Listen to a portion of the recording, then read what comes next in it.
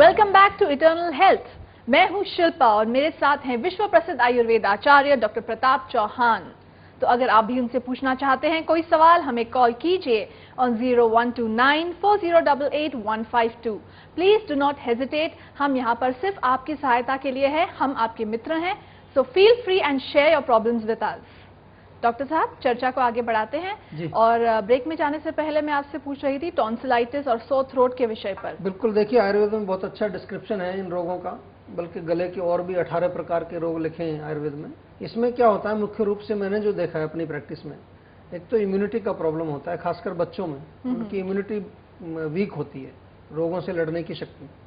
तो बार बार जो है उनको फिर ये गले का इन्फेक्शन, जिसको बोल देते हैं कि भाई सूज गया है, वो टॉन्सिलाइटिस मतलब टॉन्सिल्स उसके इन्फ्लेम हो गए जी। दूसरा इसमें कॉज है डाइट। ऑफ कोर्स बच्चे बहुत ज़्यादा कोल्ड ड्रिंक पीते हैं या बहुत ज़्यादा मिठाई खाते हैं, चॉकलेट, टॉफ़ी, कैंडीज़ वगैरह, तो वो हाइजीन नहीं रह पाती, दांत वगैरह साफ नहीं करते, अंदर जब मीठा वो मीडियम रहता है तो भी बैक्टीरिया वहाँ जाते हैं। और तीसरा इसमें जो है फ्राइड चीज़ खाना, ये भी जो खाने के संबंधित जितनी भी चीज़ें जी। और एक आम हमारे यहाँ होता है जिसको हम बार बार कहते हैं कि जहाँ पहुँच गया आम हो गया काम तमाम। तो आम जब जो पेट में बनता है अनडाइजेस्टेड फूड से, जब वो गले में आ जाता है तो वो टॉन्सिल्स के अंदर जो है वहाँ ब्लॉकेज पैदा करता है। तो फिर बार बार उसमें जो है स्वेलिंग आती है, कईयों की तो परमानेंटली स्वोलन रहते हैं। वो कहते हैं जी ये हमेशा सूजे हुए रहते हैं, दर्द नहीं होता, कुछ नहीं होता, लेकिन बड़े हुए हैं। तो उसमें जनरली ऑपरेशन कराने के लिए बोलते हैं डॉक्टर लोग, लेकिन आयुर्वेद में इसकी चिकित्सा है। हम उसको डाइट चेंज करते हैं, आम का पाचन कराते हैं, इम्यूनिटी को इंक्रीज करते हैं।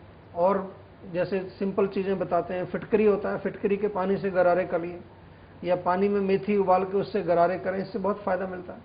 तो बहुत अच्छी, और इसके अलावा चिकित्सा उसकी प्रॉपरली की जाती है अकॉर्डिंग टू कौन सा दोष प्रकोप है, उसके अनुसार उसको खाने की दवाई दी जाती है। और कम से कम 8-10 महीने कई बार लग जाते हैं, लेकिन ठीक होते हैं, रिजल्ट बड़े अच्छे आते हैं। और जो कान के रोग हैं, कई बार आवाज गूंजती है, ठीक से सुनाई नहीं देता, तो ऐसे में आयुर्वेदिक उपचार क्या है, जानेंगे इस फोन कॉल के बाद जी। हेलो हेलो, नमस्कार जी, वेलकम टू इटर्नल हेल्थ। आपका शुभ नाम? जी मेरा नाम ऋतिका देसाई है, मैं पुणे से बात कर रही हूँ। जी बताइए, क्या सवाल है आपका? डॉक्टर साहब, ऐसा है कि मुझे 5 साल से ब्लीडिंग पाइल्स की प्रॉब्लम है। अच्छा। तो मतलब मैं बहुत सारे इलाज करा चुकी हूँ इसके लिए, और दवाइयाँ भी मैंने काफी खाई हैं, लेकिन थोड़े दिन तो मुझे उसका असर आता है, लेकिन फिर वो पूरी तरह ठीक नहीं होता। देखिए, मुझे इस तरह से कोई भी इलाज जब आप कर रहे हैं और थोड़े दिन असर आता है और पूरी तरह ठीक नहीं होता, तो कॉमन सेंस हम बार बार कहते हैं आपको, अपनी थोड़ी सी बुद्धि का प्रयोग करेंगे तो इसका मतलब ये है कि जड़ निकली नहीं है, उसकी जड़ वहीं बनी हुई है अभी आपकी। तो जड़ को निकालने के लिए क्या करना पड़ता है कि हमें उसका रोग का मूल कारण पहले ढूंढना पड़ता है। जो आपने लक्षण बताए हैं अभी, उसके हिसाब से तो मुझे एक संकेत यही मिलता है कि आपको पित्त का प्रकोप है, गर्मी है अंदर। गर्मी से ही जनरली जो है ब्लीडिंग पाइल्स होते हैं। और कई बार आपने देखा होगा कि कहीं काजू खा लिया आपने या कोई ड्राई फ्रूट्स खा लिए, अगले दिन जो है ब्लीडिंग हो जाएगी। या कभी आपने ज़्यादा गर्म मसाले या कोई तली हुई चीज़ें खा ली तो अगले दिन ब्लीडिंग हो जाएगी। मतलब जब भी आप पित्तवर्धक भोजन कोई खाएंगे तो अचानक आपको लगेगा कि एकदम से अगले दिन ब्लीडिंग हो जाती है। तो सबसे पहले पित्त को शांत करना है। पित्त को शांत करने के लिए चाय, कॉफ़ी, मिर्ची, मसाले, अचार, खटाई, ये सब चीज़ें बंद करनी है। और एक नुस्खा मैं आपको बताता हूँ, दवाई तो आपको हमें भेजनी पड़ेगी बना करके इसके लिए, या अगर आप पुणे में रहते हैं तो पुणे में बहुत सारे आयुर्वेदिक डॉक्टर्स हैं, आयुर्वेदिक कॉलेजेस भी हैं वहाँ पर लोकल। लेकिन एक नुस्खा आपको बताता हूँ ब्लीडिंग को इंस्टेंट रोकने के लिए, बहुत अच्छा काम करता है। आपके यहाँ नारियल तो मिलते ही हैं बहुत, नारियल के ऊपर की जो कच्चे वाला नारियल नहीं, जो बाल वाला होता है ना, इसके ऊपर बाल होते हैं। हाँ जी सर, नारियल मैं ले लूंगी। नारियल की जटा उसको हम बोलते हैं। उसको जो जला करके साफ जगह रख के उसको जलाइए, उसकी राख बना लीजिए आप। वो जो राख बनती है उसको एक अच्छी साफ सुथरी बोतल में बंद करके रखो। आपको जब भी ब्लीडिंग होती है उस राख में से कम आधा चम्मच डोज एक बार में लेनी है। दिन में 3 बार ले सकते हैं, पानी के साथ या सफेद। जलाना कैसे है उसको? उसमें माचिस से आग लगा दीजिए, जल जाएगा। वो तो बाल ही तो होते हैं उसके बाहर के, जो सूखा हुआ होता है एकदम घास जैसा होता है ना, वो जल जाएगा। और उसको पानी के साथ दिन में 3 बार लीजिए। या ताज़ा मक्खन हो तो ताज़ा मक्खन में लपेट के उसको खा जाइए, लेकिन साथ में पित्त वाली चीज़ें बिल्कुल बंद करिए। और क्योंकि आपके 5 साल पुरानी प्रॉब्लम है, इसमें मैं ये भी आपको एडवाइस करूंगा कि आप इंटरनल दवाइयाँ खाइए, ताकि अंदर जो मस्से हैं वो आपके बिल्कुल हील हो जाएं, ठीक हो जाएं। और एक चीज मैं आपको और बताना चाहता हूं, क्योंकि पाइल्स जो है वो मुख्य रूप से कब्ज की वजह से होते हैं, इसलिए रात को सोते समय 1 चम्मच त्रिफला चूर्ण आप सेवन करना शुरू कर दीजिए अभी से, आज से ही। ठीक है? ठीक है डॉक्टर। ठीक है जी। और आपको अधिक जानकारी चाहिए, आप पर्सनल कंसल्टेशन चाहती है, तो बस आपको आपका फोन उठाना है और जीवा के एक्सपर्ट टीम ऑफ डॉक्टर्स आपकी हिस्ट्री लेके आपको सारी दवाइयां पहुंचा सकते हैं। ठीक है। जीवा में इसका बहुत अच्छा ट्रीटमेंट है, तो प्लीज उसका लाभ उठाइए, क्योंकि ये प्रॉब्लम बहुत पेनफुल होती है और इसे जल्द से जल्द जड़ से खत्म कर दीजिए तो अच्छा रहेगा। ठीक है जी? ठीक है जी। Thank you for calling. Goodbye. नमस्ते।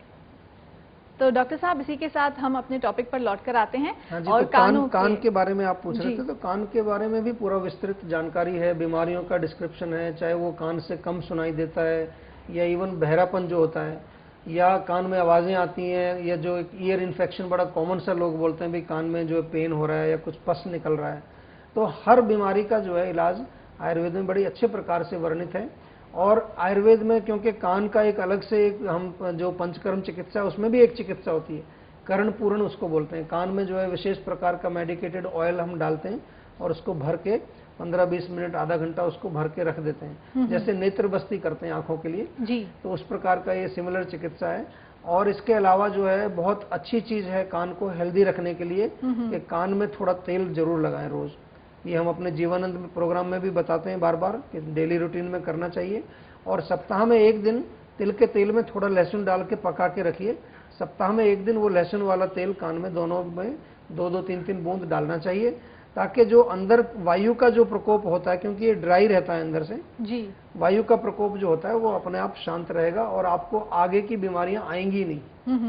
तेल डालने से जी। और इसी के साथ आपसे पूछना चाहूंगी आंखों के रोग के बारे में। हाँ जी, तो आंखों का तो बहुत बड़ा विस्तृत जानकारी है आयुर्वेद में जी। 72 टाइप्स ऑफ डिजीज, 72 प्रकार की आंखों की बीमारियां लिखी। देखिए आज देख करके बड़ा आश्चर्य होता है हमको। उस जमाने में आप अगर सुश्रुत संहिता उठा के देखें, उसमें मेंशन्ड है आंखों के जो है, इवन जो सर्जिकल ट्रीटमेंट्स भी लिखे हैं। कैटरेक्ट का लिखा है, आपको ये जो कंजक्टिवाइटिस होती है, ग्लूकोमा होता है, टेरिजियम एक बीमारी आजकल होती है। तो ऐसे ऐसे उन्होंने रोगों के इलाज उस समय लिखे जब ना उनके पास कोई मशीन थी, ना कोई ऐसे साधन थे कि जिनसे वो डीपली जा करके स्टडी करें। लेकिन उस समय भी जो है इस तरह की चिकित्सा होती थी। सुश्रुत में तो आपको मालूम ही है, प्लास्टिक सर्जरी का उनको माना जाता है ओरिजिनेटर, और उन्होंने राइनोप्लास्टी नाक भी बनाई थी, कॉस्मेटिक सर्जरी भी वो करते थे सुश्रुत हमारे जो है। और तो ये जो आंखों वाला जो एरिया है, इसमें काफी सारी आंखों की बीमारियां जो है उनका डिस्क्रिप्शन है। घरेलू नुस्खे भी लिखे हुए हैं कुछ, जिस प्रकार से आंखों को आप जो अपने स्वस्थ और सुंदर रख सकते हैं। जी। इसी के साथ हमारे एपिसोड का वक्त समाप्त हो रहा है जी। तो आपसे रिक्वेस्ट करूंगी अगर आप हमारे दर्शकों को कोई संदेश दे सकें। देखिए, संदेश यही है कि मैंने बताया कि ये जो हिस्सा है आपका गर्दन से ऊपर का, जिसको कि हम शालक्य तंत्र के अंदर लेते हैं, आपकी आंख, नाक, गला, कान, जिह्वा, ये सारी जो है बहुत ही महत्वपूर्ण हमारे अंग हैं शरीर के, और इनको स्वस्थ रखना बहुत आवश्यक है। अगर आप जीवन का आनंद लेना चाहते हैं तो आयुर्वेदिक संपर्क से रहिए, आयुर्वेदिक के टच में रहिए आयुर्वेद के, क्योंकि और ज़्यादा जो पैथीज मैंने देखी हैं कई बार उनमें इलाज नहीं होता है। नेजल एलर्जी और कान का स्टेनाइटिस हो गया, गले के टॉन्सिलाइटिस हो गया, वो सीधा कहते हैं जी ऑपरेशन कराओ और कोई इलाज नहीं। लेकिन आयुर्वेद में अगर आप आएंगे तो आपको मैं ये इतना जरूर कहता हूँ कि 40-50% भी अगर लाभ आपको मिल जाए तो that is more than enough. बहुत बहुत धन्यवाद डॉक्टर साहब, thank you very much. Thank you जी। तो दोस्तों, एपिसोड खत्म होने के बाद भी आप लोग हमें कांटेक्ट कर सकते हैं। नोट कर लीजिए हमारा पता, जीवा आयुर्वेद, जीवा मार्ग, sector 21B, Faridabad, Haryana, pin 121001, India. हमारा ईमेल आईडी है info@jiva.com। हमारी वेबसाइट है www.jiva.com। हमारा फोन नंबर है 01294088-152। दोस्तों, अगर आप स्वस्थ नहीं हैं तो ना तो आप अपना धर्म निभा पाएंगे, ना तो पैसे कमा पाएंगे, और ना ही दुनियादारी के रीति रिवाज निभा पाएंगे। इसलिए जरूरत है आपको अपने अंदर अवेयरनेस पैदा करने की, और हम यही उम्मीद करते हैं कि हमारे इस कार्यक्रम के माध्यम से आपके अंदर वो अवेयरनेस पैदा हो रही है। इसी उम्मीद के साथ मैं शिल्पा आपसे लेना चाहूंगी विदा। हमारी कामना आपका आनंदमय जीवन। गुड बाय, नमस्कार।